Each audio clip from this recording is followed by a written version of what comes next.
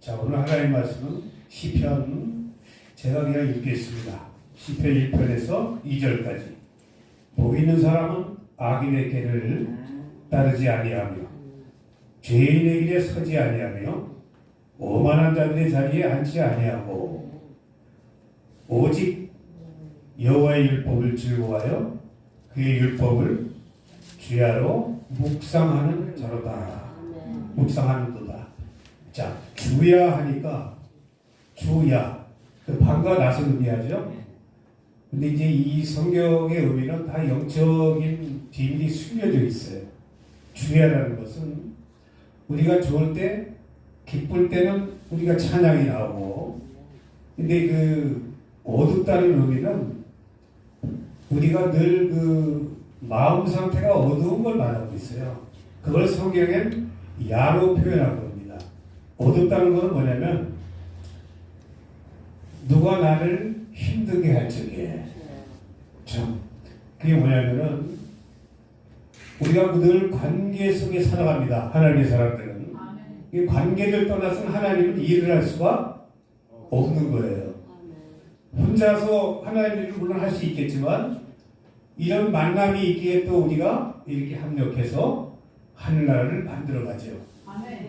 그리고 와서 이렇게 오십도 하고, 야, 오늘 젊은 분들이 이렇게 와서 오시고 하는 거 보니까 너무 아름답네.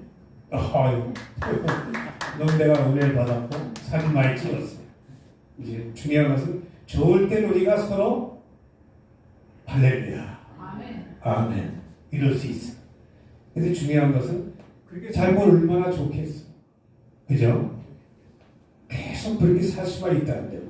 근데 하나님은 우리를 그렇게 살게 냅두지 않으신다.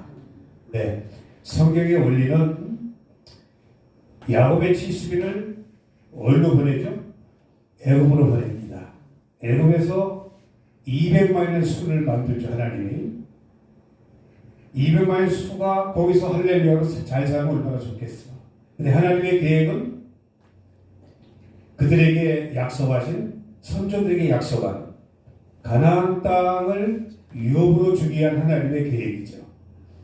그래서 하나님은 그들을 광야란 교회로 내보내야 돼요. 광야.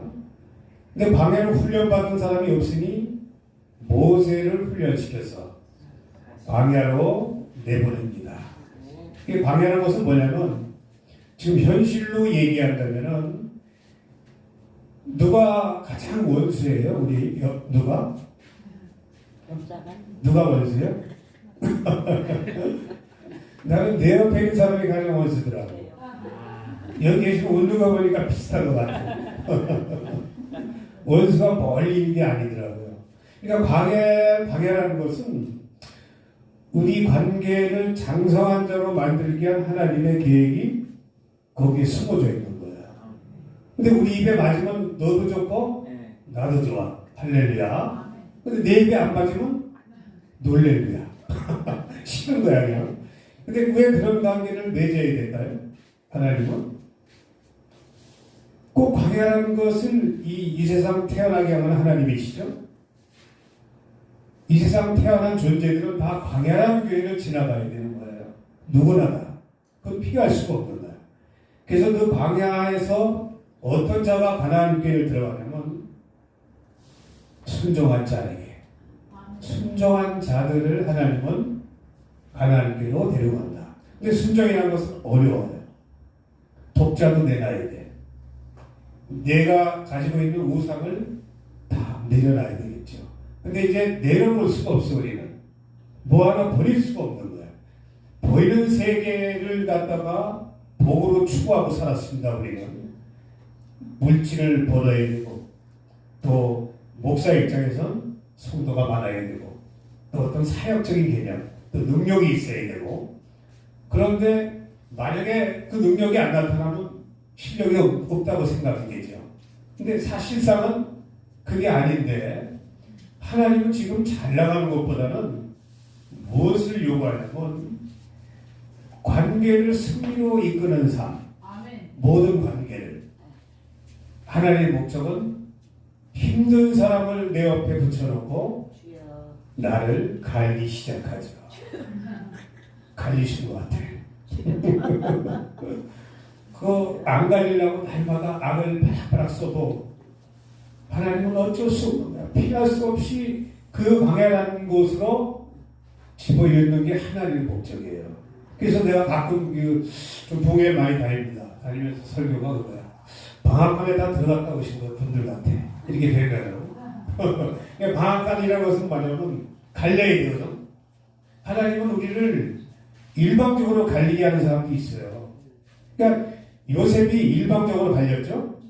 형들의 인신매매를 통해서 광야로 들어갑니다. 참 그 파란만장한 삶을 보면은 하나님은 그렇게 만드신 거야. 근데 그게 뭐다? 그게 내게는 축복이었다. 그러니까 우리가 선과 악을 모든 기준을 내 잣대로 생각하면은 우린 사람을 편을 갈라야 돼요. 내 마음에 맞는 사람, 내 마음에 안 드는 사람. 근데 하나님은 내 마음에 안 드는 사람을 꼭 붙입니다. 저도 참 오랜 세월 지금이야 그것이 이해가 돼서 넘어갔는데 왜 붙이냐면은 내 속가지를 알게 하려고. 우리 속에 속가지가 없나 봐. 속에 화통이 없나 봐요. 저도 속에 화통이 너무 많아가지고 왜 날 건드니까 늘 열받아. 늘 날마다 성령의 불이 팍팍팍 올라와야 되는데 이건 열만 올라오네. 그러다 보니까 이웃과 늘 반복하게 되죠. 이제 그런 모든 것이 지나고 나서 보니까 하나님이 맺으시겠더라고.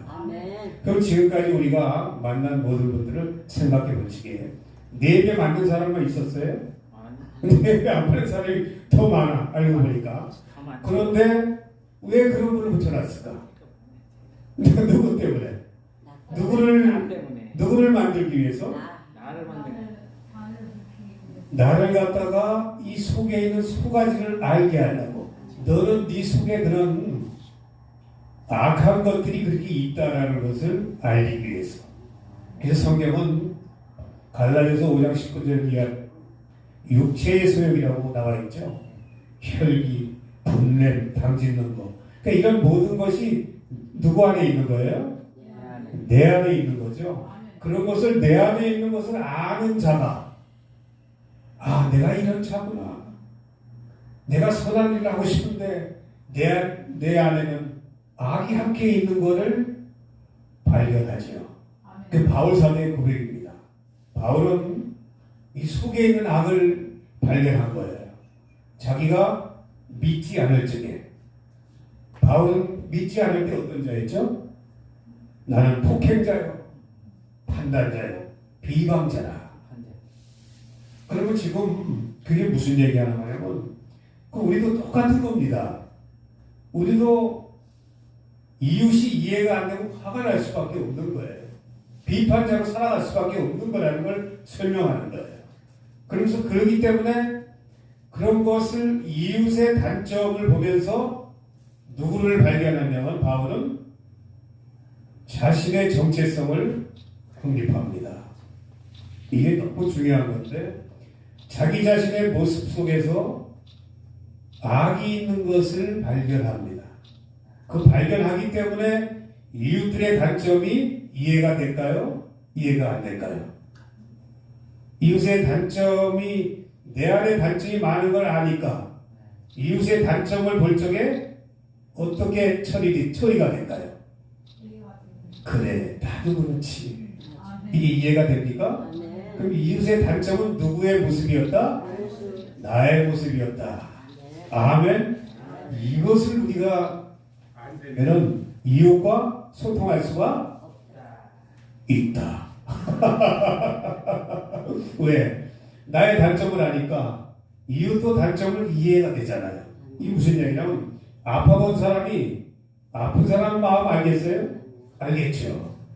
또 가난해본 사람이 가난한 분의 심정을 알 수가 있듯이 우리가 고난은 축복인데 하나님이 주시는 왜 축복이냐면 고난을 겪을수록 능력이 더 생기는 거야. 왜? 힘든 분들을 헤아릴 수 있기 때문에 나와 같이 고난 겪는 분의 마음을 헤아릴 수가 있다. 목회라는 것은 심정으로 하는 겁니다. 상대의 마음을 헤아릴 수 있는 게 목회의 기본이에요. 예를 들어서 목회 잘 되다가 저도 목회가 참 잘 됐던 사람이에요. 평창대에 시작했습니다. 그런데 하나님은 나를 광야 교회로 내보내는 작업을 하죠. 광야 교회에 나가서 보니까 야, 내가 철이 너무너무 없었구나. 아무것도 모르고 그저 능력이나 받아서 하나님 일을 하려고 이렇게 생각했어요. 근데 하나님은 그게 아니고 나를 만드는 게, 부수는 게 목적이었다. 그래서 지금까지 만남분을 통해서 나는 갈리기 시작합니다. 왜? 한 교회에서 나를 힘들게 하는 분이 많이 있었어요. 그 힘들게 하는 걸 통해서 이해가 안 되니까 하나님께 다 기도합니다. 하나님, 왜 이렇게 힘든 사람을 붙여놨어? 이렇게 힘들게 하는지. 오랜 세월 기도한 결과 하나님 말씀이 온 것은, 가르침이 온 것은, 야, 그 힘들게 하는 그 사람이 너도 똑같단다. 이해가 되세요? 그러니까 내가 이웃을 힘들게 했기 때문에 하나님은 나를 네가 한 짓을 알아야 되기 때문에 그 모습으로 내게 다가오셨다. 이 이해가 되세요? 아멘. 그러니까 내가 힘든 것은 이유가 있다. 그러니까 항상 힘든 것을 우리는 배척하려고 그래요. 저도 그랬으니까. 근데 배척하면 안 되고 왜 그런 관계를 하나님 만드셔서 나를 힘들게 할까? 기도를 해야 돼요. 하나님, 왜 이런 분을 내 옆에 붙여놨어? 알고 보니까 내 옆에 있는 분이 원수야. 누가 멀리 있는 사람은 나를 안 건드려. 우리 박우숙 선교사님 나를 건드려? 절대 안 건드려. 누가 건드려? 나를 날마다 보는 사람 나를 힘들게 하는 거야. 원수가 따로 없어. 저것만 없으면 살겠어. 늘 이렇게 살았어요. 그러니까 속이 얼마나 썩었겠어. 그런데 알고 보니까 그렇게 썩은 것이 네가 나를 그렇게 힘들게 했기 때문에 너도 그 힘든 마음을 알아보라 라고 하나님이 그렇게 붙여놓으신 거였더라고. 그러면서 발견한 것이 사람이 내 옆에 온 것이 아니었구나. 우리 안에 어떤 분이 계시죠? 주님이 계시죠. 각자 주의 영을 주셔가지고 내 옆에 오셨구나. 사람을 통해서 주님을 발견합니다. 그 작은 자 하나가 주님이셨구나. 그거를 눈뜨게 하시더라. 그러니까 어떤 사람 하나를 우리는 내 식으로 해석할 수가 없다. 그분은 그 모습으로 오셔가지고 나를 가르쳐 주시고 희생을 하고 계신 것을 발견합니다. 나를 만들게 한 하나님의 놀라운 방법들이 관계를 통해서 하나님은 일을 하고 계시죠. 오늘도 일을 하고 계십니다. 누가 나를 지금 힘들게 합니까? 그 힘든 분이 너무너무 감사가 되는 순간이 찾아오죠. 그리고 원수는 없더라. 원수는 내가 원수야. 내가 미워한 게 원수였어. 그분은 아무 잘못도 없는데 죄의 모습을 가지고 오셔가지고 나를 만들게 한 하나님의 놀라운 계획이 거기에 숨어져 있었다. 참 우리 관계가 얼마나 중요한 거냐면 내 옆에 사람이 없는 사람은 이유가 있는 거야. 이유가 있는 거야. 그래 항상 상대를 누구로 여겨야 되냐면 저 안에 주님이 계시다. 우리 이웃들을 통해서 주님이 계시다는 걸 모르시겠죠? 그럼 내 안에 계신 것도 모르는 거야. 너희 안에 그리스도가 계신 것을 알지 못하면 너희는 버리운 자리라. 그럼 내 안에 그리스도께서 계신 것을 안 되면 옆에 있는 분 서로 보세요. 안 계셔? 그분 안에도 계시죠? 아멘. 나하고는 다르지만 우리 인간은 다 틀려요. 아멘. 서로 모양이 이 모양 1에서 10이라면 다 틀린 거야. 근데 이해가 안 되기 때문에 우리는 원수를 여기고 미워하고 살았던 거야. 알고 보니까 그분을 미워한 것이 누구를 미워한 거다? 하나님을 명하다. 그리고 나는 천국 간다. 그래서 그걸 이 땅에서 다 풀고 가셔야 되는 거예요. 죄를 가지고 갈 수 없다. 영광의 나라. 죄 가지고 갈 수 없는 그 나라. 그렇기 때문에 우린 그래 사람 안에 주님이 계셨구나 라는 것을 안 보여도 믿고 산다 한다면 그런 자가 나를 이기는 자의 삶이고 오늘 복 있는 자의 삶이라고 다윗이 고백합니다. 주야라 묵상한다. 야라는 개념은 주라는 것은 우리가 이렇게 많이 기쁘죠. 근데 이렇게 살다 보면 원수가 나타나 내 옆에. 그게 어두운 거예요. 내 마음이 어둡게 되는 거죠. 건드리면 내 마음이 어둡잖아. 그렇기 때문에 그 어두운 거를 하나님이 그 어둠을 이기게 해주려고 능력을 주시려고 우리 앞에 그런 문제들을 야기시켜서 우리에게 그것을 가르침을 주시기 위해서 하나님은 그런 분을 붙여놓으셨다. 그래서 늘 기쁠 때도 슬플 때도 늘 선과 악이라는 것은 하나의 개념이에요. 내가 악으로 생각하지만 요셉이 노예로 팔려갈 때는 악이었어. 근데 하나님은 악을 선으로 바꾸셨죠. 창세기 45장 8절에 이런 말씀하죠. 나를 이리로 보낸 것은 형들이 아니요 나를 이리로 보낸 것은 하나님이시라. 그럼 누가 원수였어요? 하나님이 원수였네. 어? 지금으로 따진다면. 그런데 그게 아니라 하나님은 애굽의 시리라도 만들기 위한 하나님의 놀라운 계획이 숨어져 있었다. 그럼 각자 지금 오늘 우리에게 하나님의 계획은 숨어져 있다. 그런데 그걸 악으로만 여긴다 한다면